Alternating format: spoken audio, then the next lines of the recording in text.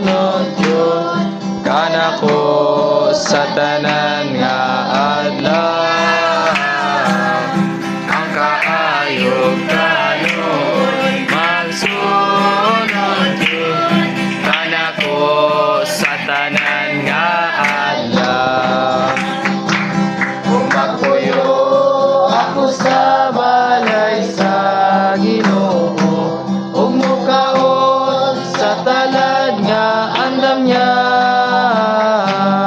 ang kaayog kalo magsunod yun kanako sa tanan nga adlaw.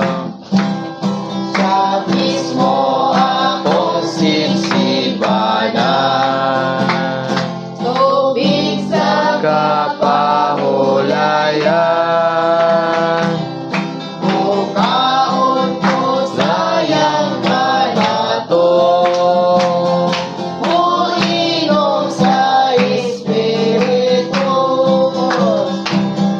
Ang kaayog kaluoy magsunod yun kanako sa tanan nga adlaw. Ang kaayog kaluoy